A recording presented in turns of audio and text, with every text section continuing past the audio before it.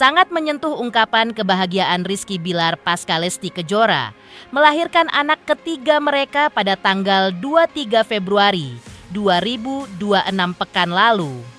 Rizky Bilar mengungkapkan detik-detik dirinya mendampingi Lesti melalui proses persalinan yang dilakukan dengan metode modern ERAX dengan kondisi perut Lesti, yang menurut dokter ketika itu sudah dinyatakan tipis.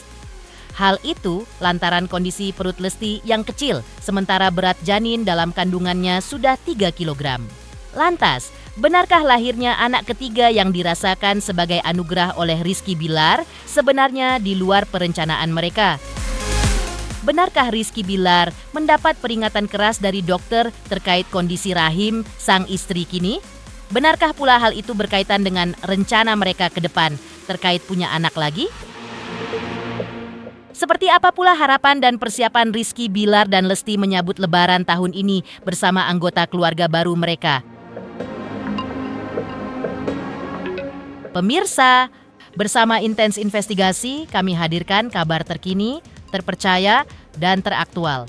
Tetapi sebelumnya, jangan lupa untuk like, subscribe, dan juga share channel YouTube ini.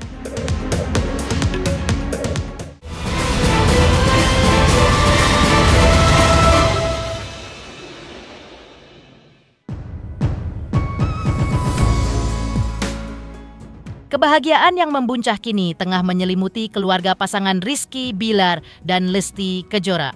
Hal itu terjadi lantaran keluarga kecil mereka telah menyambut kehadiran anak ketiga yang lahir pada tanggal 23 Februari 2026 pekan kemarin.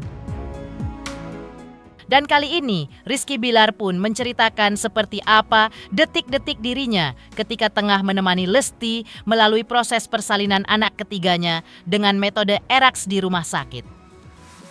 Terungkap pula kekhawatiran Rizky Bilar ketika kondisi perut Lesti yang ketika itu menurut dokter semakin tipis lantaran berat janin dalam kandungannya sudah 3 kg. Hal itu sangat riskan mengingat kondisi perut Lesti yang sangat kecil. Iya, alhamdulillah udah lahir anak ketiga kita. Iya, kemarin riskan juga, syukurnya kita memilih tanggal 23. Karena bisa jadi dokter kemarin sempat mengingatkan, sempat menyampaikan kalau seandainya lebih lama akan lebih berbahaya buat ibundanya karena bobot bundanya kan kecil badannya. Terus perutnya udah semakin tipis. Jadi kalau dan bayinya juga bobotnya yang paling ideal saat ini 3 kilo gitu, adik. Jadi kalau kita biarin semakin lama, semakin dia berkembang, makin tumbuh, bahaya bisa-bisa, saya nggak bisa bayangkan, bisa-bisa itu sobek itu perut ibunya. Karena memang sudah setipis itu perutnya. Tinggal rahimnya juga kemarin katanya seperti itu. Betul, dari rahimnya, dari perutnya juga. Makanya kemarin saat proses lahiran itu sekali beset doang gitu. Langsung kelihatan bayinya. Kalau dulu kan untuk anak pertama, anak kedua kan berapa lapis gitu, nggak bisa langsung. Kalau ini benar-benar secepat itu. Lamanya justru saat jahitnya untuk nutup kembali rahimnya kan. Rizky Bilar juga mengungkap bahwa kelahiran anak ketiga disambut gembira oleh kakaknya Abang L. Bahkan kakaknya Lesha pun menurut Bilar ia sudah mengerti kalau kini ia sudah berstatus sebagai kakak. Menurut Rizky Bilar, kehadiran anak ketiga sepertinya sudah mulai muncul sinyalnya ketika Lesti tahun lalu mengungkapkan bahwa ia memanggil Lesha dengan sapaan teteh. Menurut Rizky Bilar, panggilan tersebut merupakan pertanda bahwa ia akan punya adik lagi. Dan ucapan itu seperti menjadi doa bagi keluarga mereka. Lantas, benarkah Rizky Bilar dan Lesti pun sudah memberitahu tentang nama anaknya dan arti dari nama anak ketiga mereka? Kita udah siapin nama yang benar, nama yang proper insya Allah, nama yang bisa menjadi doa juga buat kehadiran si baby nanti gitu. Excited ya, pasti lah excited, senang dia, sayang. Tapi jangan bukan cuma Abang L, yang masih 1 tahun pun udah mulai ngerti bahwa dia seorang kakak sekarang. Ucapan itu doa ya, karena tahun lalu begitu bundanya pengen panggilan Lesya itu teteh, saya bilang sama bundanya, Bun, jangan teteh atuh, nanti kalau teteh ntar punya adik gitu. Karena kan kalau udah mengklaim namanya teteh, berarti kan otomatis dia harus ada adiknya gitu kan. Dan ternyata bener jadi doa, jadi teteh.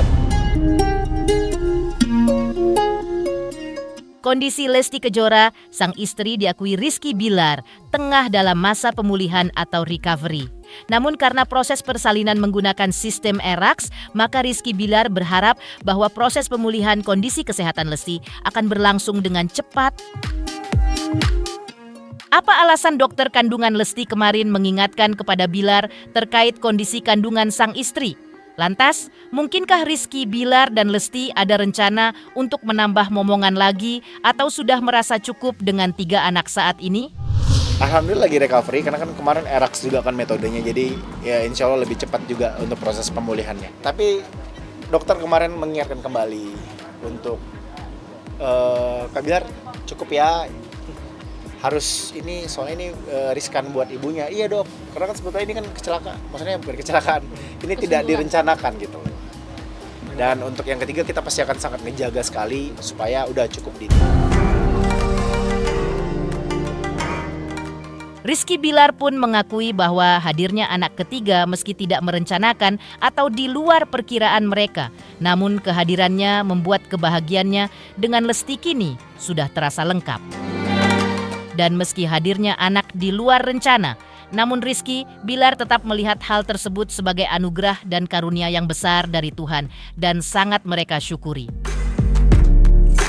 Selain itu, bagi Rizky Bilar, hadirnya anak ketiga dengan waktu kelahiran yang mepet dengan anak kedua merupakan cara Tuhan mengabulkan doa mereka yang sebelumnya mengimpikan untuk memiliki anak kembar, namun dengan cara yang lain. Iya. Ya karena memang sudah waktunya kan, bahkan sebetulnya banyak orang yang mungkin masih menganggap bahwa ini direncanakan, sebetulnya enggak. Anak ketiga ini enggak direncanakan teman-teman. Kita sudah KB, kita sudah pakai IUD, tapi kan qadarullah. Pada akhirnya jadinya itu kan saat kita mau berangkat ke Liverpool, di mana istri saya seharusnya pasang IUD, pasang KB lagi, karena ada bermasalah kan KB sebelumnya. Tapi karena kita waktunya mepet, akhirnya kita berangkat ke Liverpool dan kita rencanakan pasang IUD lagi itu setelah dari Liverpool. Dan qadarullah kan jadi jadi di Liverpool, makanya nanti anaknya saya kemungkinan besar ada unsur Liverpoolnya. Dan itu mungkin perwujudan dari doa kita dulu, kita pengen anak kembar. Tapi karena kita nggak punya gen kembar, jadi Allah mungkin ngasihnya dengan cara yang lain kali ya, dikasih yang jaraknya itu berdekatan. Di sisi lain, kuasa hukum Rizky Bilar dan Lesti Kejora juga mengungkap terkait kelahiran anak ketiga Lesti dan Bilar. Lantas, seperti apa kebahagiaan Lesti dan Bilar menyambut anak ketiga yang diungkapkan oleh kuasa hukum mereka?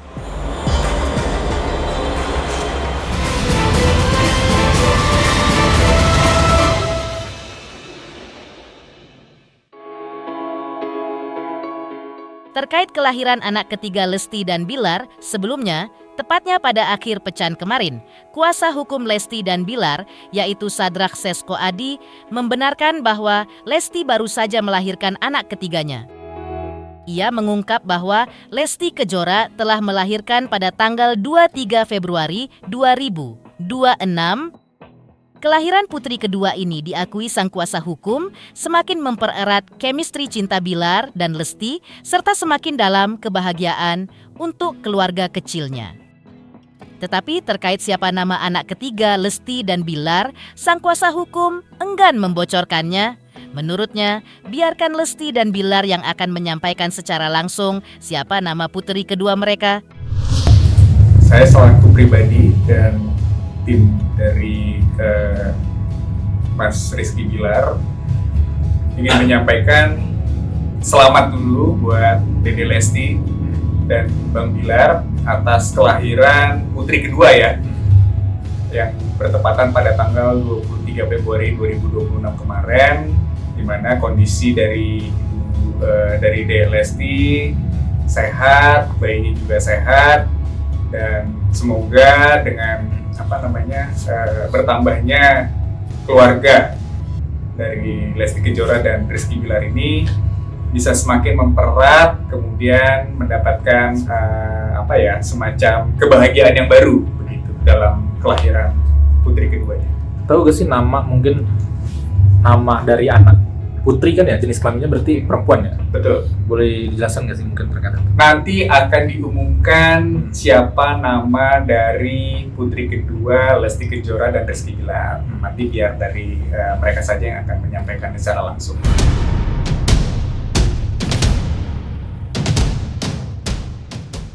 Di balik kebahagiaan Lesti Kejora dan Rizky Bilar atas hadirnya anak ketiga mereka, kebahagiaan lain juga muncul. Hal itu terkait dengan prahara hukum antara Lesti Kejora versus musisi Yoni Dores.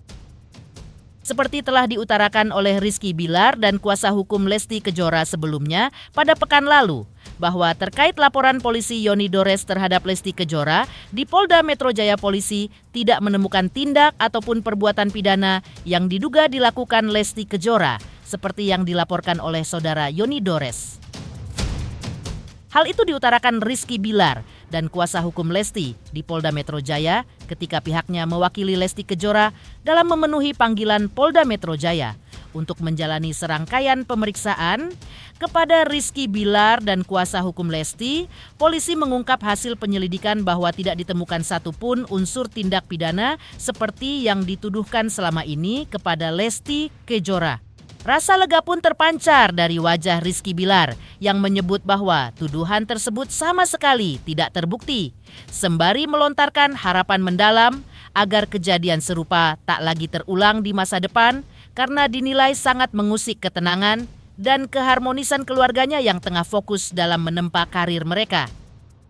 Di tempat terpisah, Yoni Dores pada Pecan lalu telah mengungkap bahwa ia sudah mengetahui kalau kasusnya dengan Lesti Kejora sudah di SP3 sejak sepekan sebelumnya atau 2 pekan yang lalu.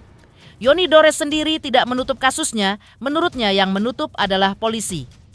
Yoni Dores juga mengaku menyayangkan dirinya tidak dipertemukan dengan Lesti Kejora. Karena itu, Yoni Dores mengaku akan mengajukan keberatan kepada pihak kepolisian. Hari ini kami hadir di Kriminal Khusus Polda Metro Jaya terkait dengan ingin menyampaikan update terkini dari hasil penyelidikan terhadap Ibu Lesti Kejora, yang dimana tadi sudah disampaikan oleh penyidik bahwa terkait dengan laporan saudara Yoni Dores beserta dengan kuasanya, hari ini telah memperoleh hasil penyelidikan, di mana hasil penyelidikannya disampaikan bahwa saudara Lesti Kejora tidak diketemukan tindak ataupun perbuatan pidana seperti yang dilaporkan oleh saudara Yoni Dores. Kami dan juga Bang Rizky Bilar mewakili Lesti, yang dimana tadinya direncanakan akan hadir, cuma memang karena ada beberapa hal jadi terkendala untuk tidak bisa hadir. Ingin menyampaikan apresiasi dan terima kasih kami yang sebesar-besarnya untuk Polda Metro Jaya dan khususnya untuk Direktorat Kriminal Khusus. Karena kan istri memang lagi hamil tua kan. Jadi yang seharusnya kemarin 3 minggu lalu kita sudah diundang, namun baru per hari ini untuk bisa hadir. Kalau istri saya sih memang, kita sih yakin memang dari awal bahwa case ini tidak sesuai lah, atau bisa dibilang salah sasaran ya. Salah sasaran, dan alhamdulillah setelah dilakukan penyelidikan ternyata memang benar, dan alhamdulillah alhamdulillah memang tidak diketemukan hal-hal yang dianggap bahwa istri saya melanggar hukum. Polisi yang nutup. Kalau saya nggak mau nutup gimana? Kalau saya nggak mau nutup gimana?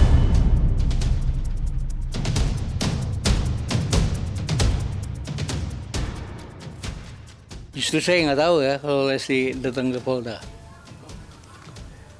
Cuma saya udah tahu kalau ini di SP3 2 minggu yang lalu. Saya udah tahu 2 minggu yang lalu, dan saya mengajukan keberatan ke kepolisian seminggu yang lalu. Mungkin udah diterima, mungkin juga belum ya. Kok tiba-tiba Lesti lagi yang dipanggil? Harusnya saya kalau udah SP3 kan Lesti udah sebenarnya, ya kan? Harusnya saya yang ditanya. Saya keberatannya kenapa? kenapa SP3 cuma sepihak? Kenapa saya bilang sepihak? Saksi ahli dari saya nggak dipanggil. Ya.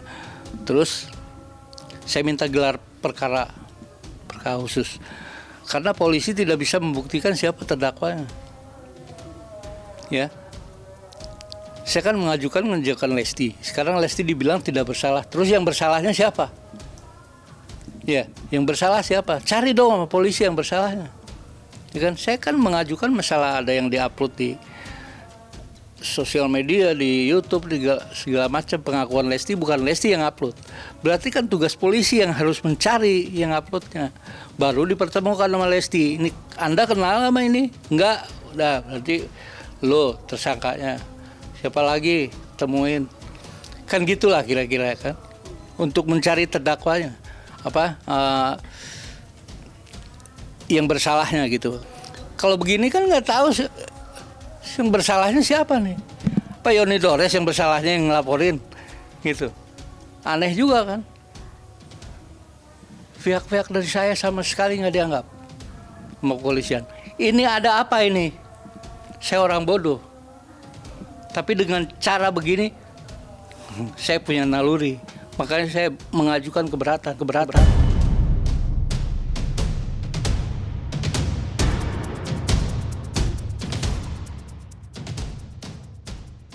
Kenapa janji-janji polisi tidak dibuktikan?